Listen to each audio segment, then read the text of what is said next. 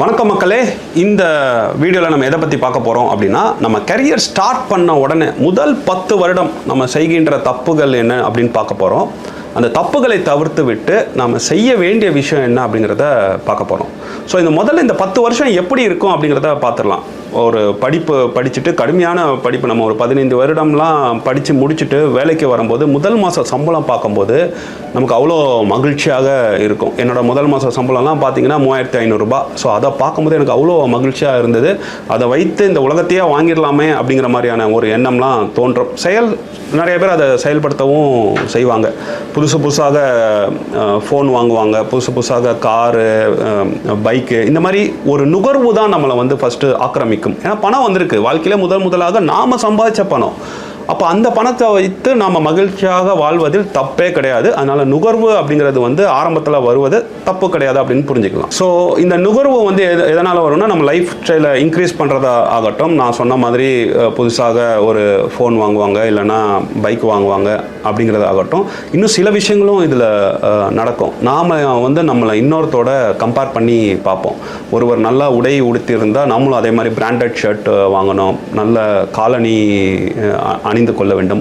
இப்படியான கம்பேரிசனும் நம்ம அதிக அளவில் இந்த நேரத்தில் பண்ணி பார்த்தப்போ இதுதான் வெற்றி அப்படிங்கிற அளவுகளையும் நம்ம வந்து ஏற்படுத்தி வைத்திருப்போம். ஸோ ஏன்னா நம்ம அது வரைக்கும் பணம் கிடையாது, அதனால் நமக்கு அந்த சிந்தனையே வராது. இன்னொருத்தரை பார்க்கும்போது ஓகே நமக்கு விதித்தது இவ்வளோ தான் அப்படின்னு நினச்சி கூட இருப்போம். ஆனால் பணம் வந்ததுக்கப்புறம் நான் முதலே சொன்ன மாதிரி உலகத்தையே வாங்கிடலாம் அப்படின்னு நமக்கு தோன்றும் போது நமக்கு இருக்கிற ஒரு இமிடியட் ரெஃபரன்ஸ் வந்து நம்ம பக்கம் இருக்கிறவங்க தான். நம்ம நண்பர்களாக இருக்கலாம், உறவினர்களாக இருக்கலாம். ஸோ அவங்கள மேட்ச் பண்ணுறதுக்கு நம்ம என்ன பண்ணுவோம், அதிகமாக செலவு பண்ணுவோம். ஸோ இதனால் என்ன ஆகும் அப்படின்னா, அதிகமான வாடகை கொடுக்கின்ற வீட்டுக்கு நம்ம போகலாம். அப்படி இல்லைன்னா சொந்தமாக வீடு வாங்கணும் அப்படிங்கிற ஆர்வத்தில் வந்து அதிகமான கடன்களை வாங்கி வைத்துக் கொள்ளலாம்.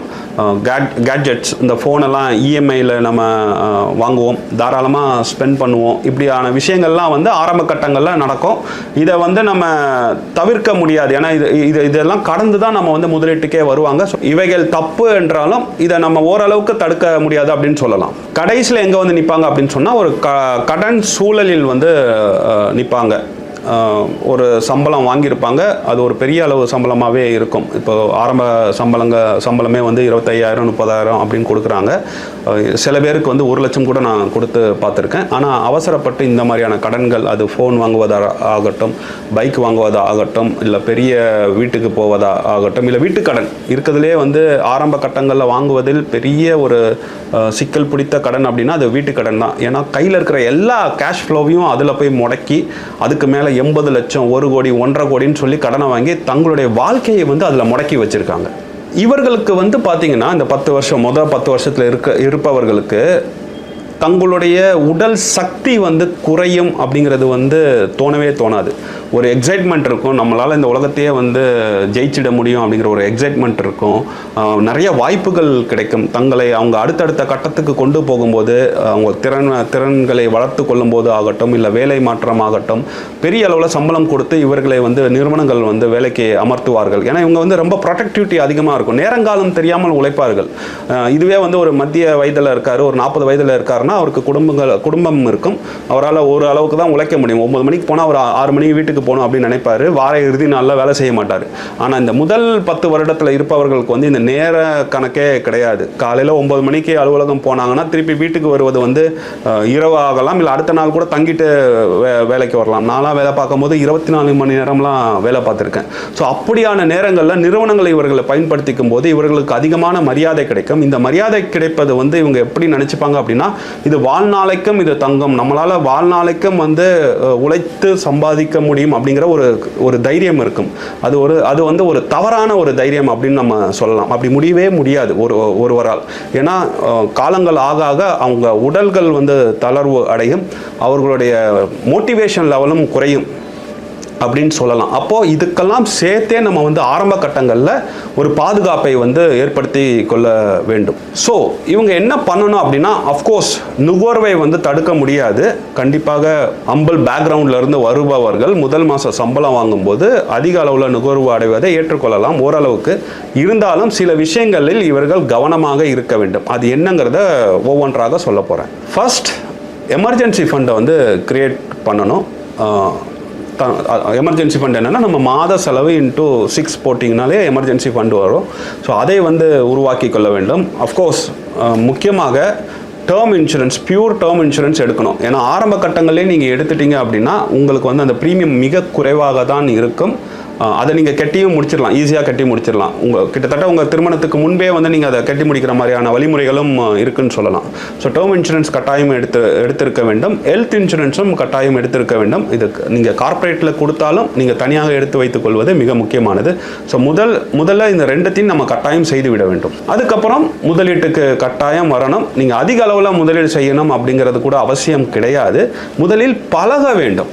ஒரு குறிப்பிட்ட தொகையை நான் மாதந்தோறும் எடுத்து வைத்து விடுவேன், அது என்னுடைய பிற்காலத்துக்கு உதவும் அப்படிங்கிறத நம்ம புரிந்து கொள்ள வேண்டும். ஏன்னா நான் என்ன சொன்னேன், நம்மளுடைய உடல் வலிமை வந்து தொடர்ந்து அப்படியே இருக்காது. நீங்கள் 23, 24 வயசில் வேலைக்கு வரீங்க அப்படின்னா அப்போ இருக்கிற உங்களுடைய மனநிலையம், உடல்நிலையம் அப்படியே குறைஞ்சிட்டே வரும். உங்கள் காலங்கள் வந்து குறைஞ்சிக்கிட்டே வரும். ஒரு 35, 40 வயதில் வந்து அதே வேகத்தோடு உங்களால் வேலை செய்ய முடியாது.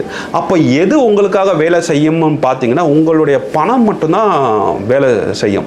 ஸோ நீங்கள் இதுக்கு வந்து நீங்கள் உங்களுடைய 23, 24 வயசுலேயே நீங்கள் தொடங்கி விட வேண்டும். உங்களால் அதிக அளவில் தொடங்க முடியாவிட்டாலும் அந்த தொடக்கத்தை வந்து பழக வேண்டும். ஒரு குறிப்பிட்ட எஸ்ஐபி நீங்கள் வந்து போட்டு வைத்து கொள்ள வேண்டும். மியூச்சுவல் ஃபண்டில் இன்வெஸ்ட் பண்ணலாம். ஏன்னா நீங்கள் அந்த கேரியர் ஸ்டார்டிங்கில் இருக்கும்போது உங்களை வந்து நீங்கள் பங்குச்சந்தையில் உட்காந்து அதில் வந்து ட்ரேடு போடுறது அதெல்லாம் ரொம்ப சிரமமான ஒரு விஷயமா இருக்கும். அப்படி மீறி போடுபவர்களும் வந்து இன்னும் ஒரு தவறான தைரியத்தில் வந்து தப்பான முடிவுகளில் வந்து இறங்குவாங்க. எதையுமே பற்றி கற்றுக்கொள்ளாமல் ஒரு நியூஸில் வர்ற ஷேரெல்லாம் வாங்கி போடுவாங்க. நான் இன்னும் நிறைய பேரை பார்த்துருக்கேன், ட்ரேடிங்கில் வந்து அதிக கவனம் செலுத்துகிறாங்க. இதில் என்ன சிக்கல் அப்படின்னா உங்கள் கெரியரையும் நீங்கள் மிஸ் பண்ணிவிடுவீங்க, இங்கே ஷேர் மார்க்கெட்லையும் நீங்கள் மிஸ் பண்ணிவிடுவீங்க. அதனால் நேரடியாக ஷேர் மார்க்கெட்டுக்கு போவதற்கு முன்பு, அஃப்கோர்ஸ் அல்டிமேட் கோல் நமக்கு அதுதான், பட் அதற்கு முன்பு மியூச்சுவல் ஃபண்ட்ஸில் ஒரு எஸ்ஐபி போட்டு உங்களுடைய டிசிப்ளினை வந்து கொண்டு வாங்க. ஸோ இதெல்லாம் வந்து அப்ஜெக்டிவ், நீங்கள் உடனடியாக பண்ணக்கூடியது. ஆனால் சப்ஜெக்டிவ் இருக்குல்ல, நீங்கள் நுகர்வு கலாச்சாரம் உள்ளே வந்துட்டீங்க, நமக்கு சுற்றி அதுதான் நடக்குது. குறிப்பாக முதல் மாதம் சம்பளம், 2வது மாதம் சம்பளம் வாங்கும் போதுலாம் நுகர்வு அதிகமாக இருக்கும். ஆனால் அதுக்கு ஒரு தடையை வந்து போட கற்றுக்கொள்ளுங்கள். சக மனிதர்களை பார்த்து உங்களுடைய தரத்தை வந்து நீங்கள் உயர்த்தி கொண்டே இருக்க வேண்டும் அப்படிங்கிற அவசியம் கிடையாது. உங்களை கம்ஃபர்ட்டாக வைத்துக் கொள்வதற்கு நீங்கள் கட்டாயம் உங்கள் வாழ்க்கை தரத்தை உயர்த்தி கொள்ள தான் வேண்டும். ஆனால் மற்றவர்களை பார்த்து நம்ம உயர்த்தி கொள்ள வேண்டும் அப்படிங்கிறத விட்டுடுங்க. இது ஒரு கோரிக்கை தான், இது நிதி சார்ந்த விஷயம் கிடையாது, ஒரு சமூகம் சார்ந்த அக்கறையாக பாருங்க. ஸோ கடைசியாக நான் என்ன சொல்ல விரும்புகிறேன் அப்படின்னா, இந்த வீடியோவில் முதல் 10 வருடத்தில் இருப்பவர்களுக்கு அந்த 10 வருடம் அப்படிங்கிறது மிக முக்கியமான ஒரு பீரியட். அதில் வந்து நீங்கள் புதுசாக வேலைக்கு ஜாயின் பண்ணியிருப்பீங்க, உங்கள் லைஃப் கட்டங்களில் பெரிய மாற்றங்கள் ஏற்பட்டிருக்கும், திருமணங்கள் நடக்க வாய்ப்பு இருக்கும், குழந்தைகள் பெறுவீர்கள். ஸோ இப்படியான பல விஷயங்கள் வந்து அந்த 10 வருடத்திலேயே நடக்கும்போது நீங்கள் கவனமாக இருக்க வேண்டியது, காலத்தை நீங்கள் கொஞ்சம் கொஞ்சமாக இழந்துட்டு வரீங்க அப்படிங்கிறத பாருங்கள். இந்த காலத்தை நம்ம எதோட தொடர்பு படுத்தணும் அப்படின்னா காம்பவுண்டிங் ஃபேக்டரோட தொடர்பு படுத்தணும். நீங்கள் எவ்வளவு சீக்கிரமாக ஆரம்பிக்கிறீங்களோ அவ்வளவு சீக்கிரமாக உங்கள் கெரியரை நீங்கள் முடித்து உங்களுக்கு பிடித்ததை நீங்கள் செய்யலாம். நீங்கள் 25 வயதிலேயே வந்து முதலீடு செய்ய தொடங்கிட்டீங்க அப்படின்னா 40 வயதில் நீங்கள் ரிட்டையர்ட் ஆகலாம். இதை புரிந்து கொண்டு இந்த காம்பவுண்டிங் ஃபேக்டரை நீங்கள் கற்று தேர வேண்டும் அப்படிங்கிறதுக்காக ஆரம்ப கட்டங்களிலே முதலீடு பண்ண ஆரம்பிங்க. ஆரம்ப கட்டம் அப்படிங்கிறது வந்து நீங்கள் சம்பாதித்ததுக்கு பின்பு தொடங்கணும் அப்படிங்கிறது கிடையாது.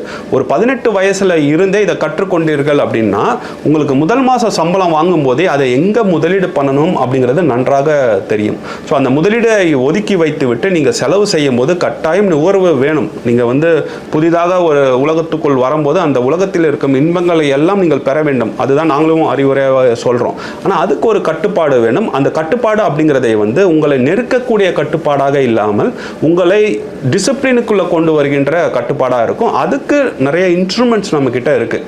நீங்கள் 20,000 ரூபா சம்பளம் வாங்குறீங்க அப்படின்னா அதில் ஒரு 2,000 ரூபாவை எஸ்ஐபி மூலமாக நீங்கள் போட்டு வச்சுட்டீங்க அப்படின்னா அது ஒரு 10% தான். அது பெரிய அளவில் வளர்ச்சி கொடுத்து உங்களை 40 வயதில் வந்து ரிட்டையர் ஆகிறதுக்கு பெரிதாக உதவும்.